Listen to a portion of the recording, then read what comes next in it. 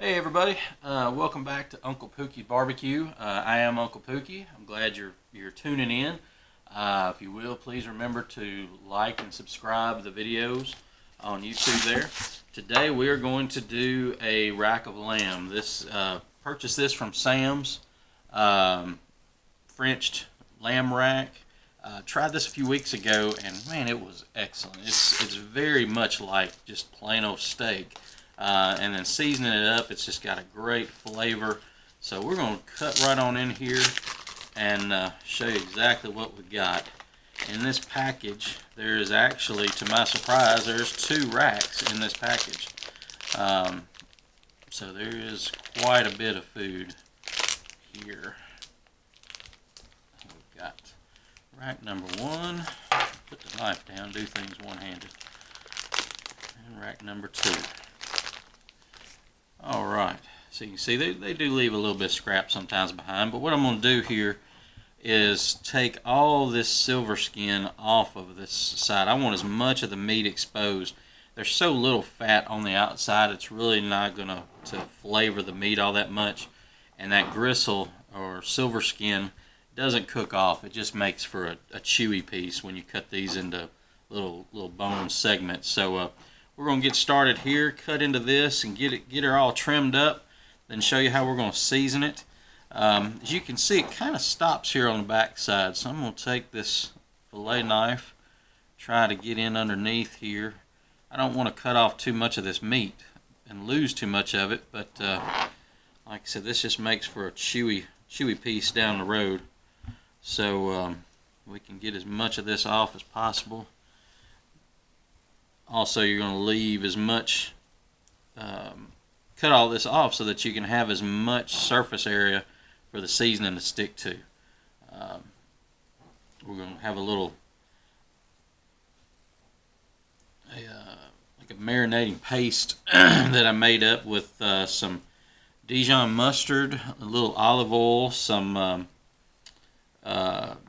minced garlic, and a little bit of my steak and burger seasoning, and really coat this on there good. And kind of like mustard on ribs, you don't really taste the mustard flavor so much as it's just a binder, but the Dijon mustard does have some other herbs and seasonings in it that do come through and kind of help. Now, I don't like to cut towards myself. That's catching myself in a hazardous situation. So we're going to cut this little bit of a piece of gristle or fine sinew maybe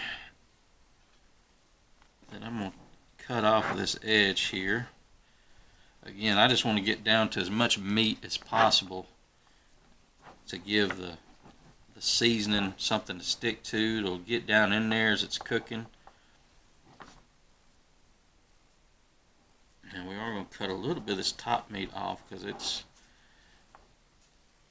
got the silver skin right underneath it.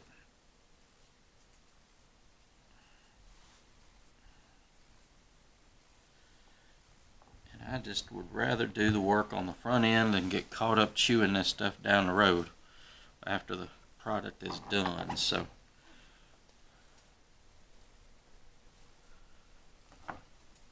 and a good sharp knife is your best friend in this situation, because you can get right underneath that silver skin and not lose a whole lot of this meat.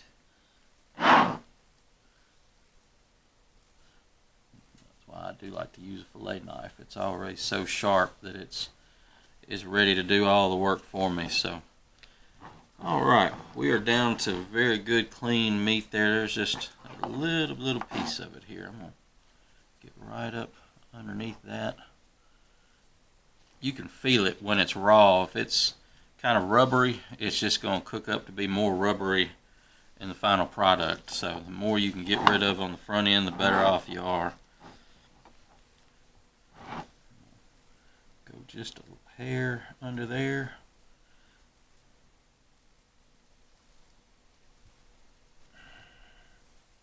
Get back under that piece right there. Again, it's a little OCD, a little time consuming right now, but It pays dividends when you don't have to mess with it down the road. After it's done, you're ready to eat. So we're good there. That is all clean meat right there. I'm going to throw some of my all-purpose seasoning, the salt and pepper love, as a base layer. And for video purposes, I'm going to rush this on this other piece. What I'm going to do is let this salt and pepper and garlic kind of sit on the meat for a few minutes and let it really soak in. I'm not worried about this bone side, and unlike with pork ribs, I'm not going to pull this little thin membrane off. I want that to kind of hold everything together, and so when it's all said and done, it will cook off just this way. This is my mustard paste, basically. Again, it's Dijon mustard, minced garlic, some olive oil, and then a healthy couple of tablespoons of my steak and burger love. I'm not speaking right today. I'm going to put this on pretty heavy here and just coat the whole thing down with this. Just like that mustard binder you put on your pork ribs, we're doing the same thing on these lamb chops, lamb ribs. It's really just going to hold all that seasoning together for me when I go putting the beef seasoning, the steak and burger love on there.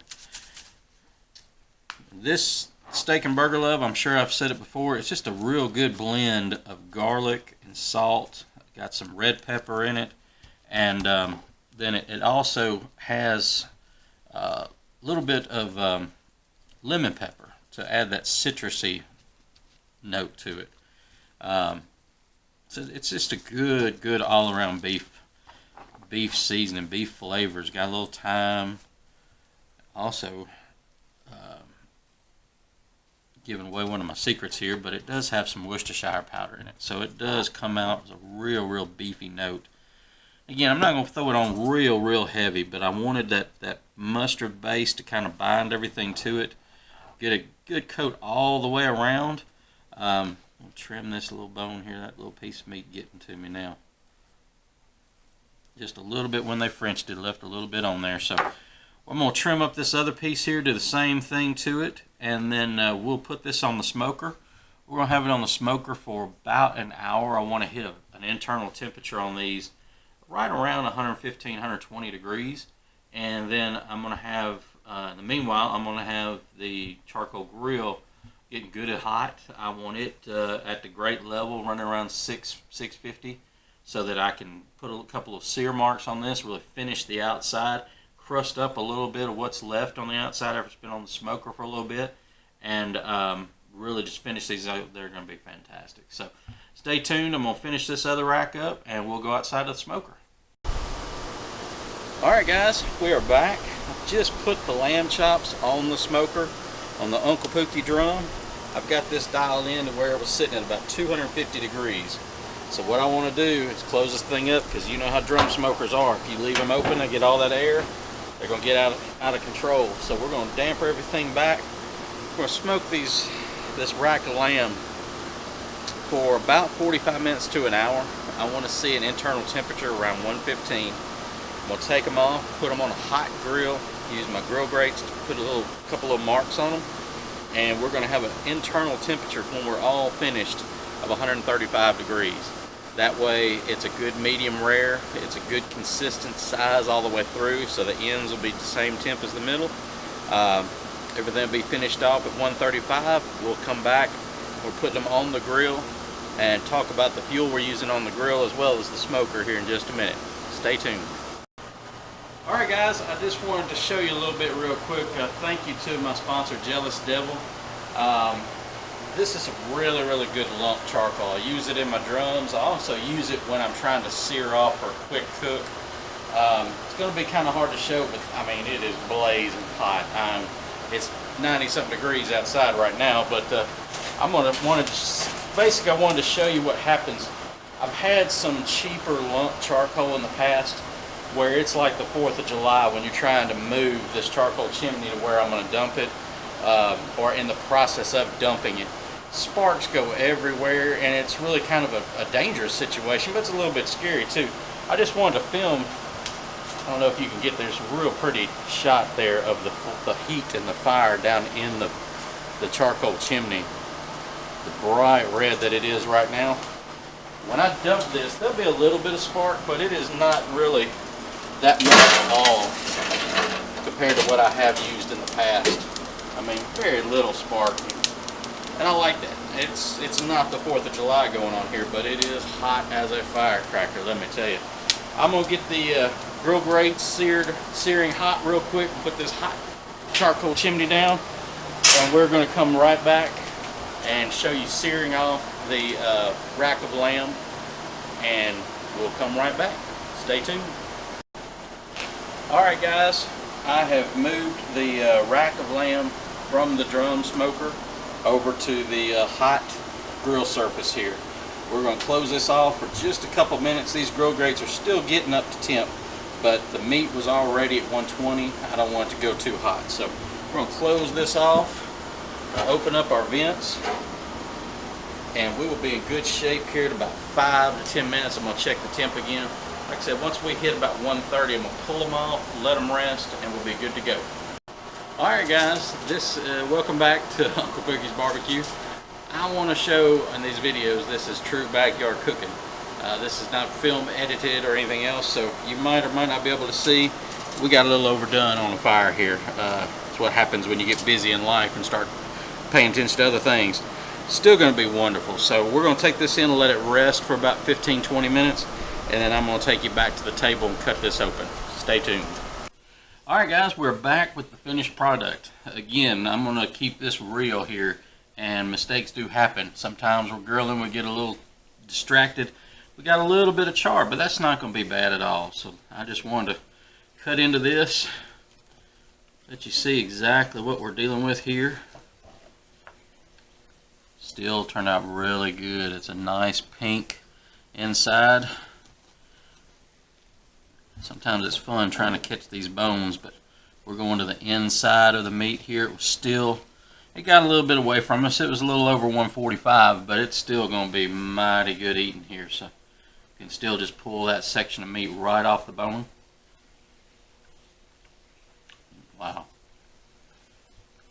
You pick up a hint of the seasoning and the spices and the Dijon mustard, just a little hint of it. The steak and burger seasoning, the beefy texture, the beefy notes come through really, really well. So again, it was an easy cook. Not even really, it was probably should have been on the smoker about 45 minutes, and then on the hot grill for about 10 minutes, maybe between 5 and 10 minutes for it to hit the optimal temperature. Great product here. Again, it's not a real expensive cut of meat to get. I think I paid about $25 or $30 at Sam's for this pack. Really, really good. If you want to try something different, give it a try one evening. The sauce that I put on the outside was real simple. Like I said, Dijon mustard, a little bit of olive oil, some minced garlic, and the steak and burger seasoning all blended in real well. Just really good. That's fantastic. I'm about to get me another bite. So appreciate you tuning in. Subscribe, like the video, please. Subscribe to the YouTube channel, Uncle Pookie's Barbecue. And we're going to try to put up more videos a little bit more often. And hope to see you next time. Thank you very much.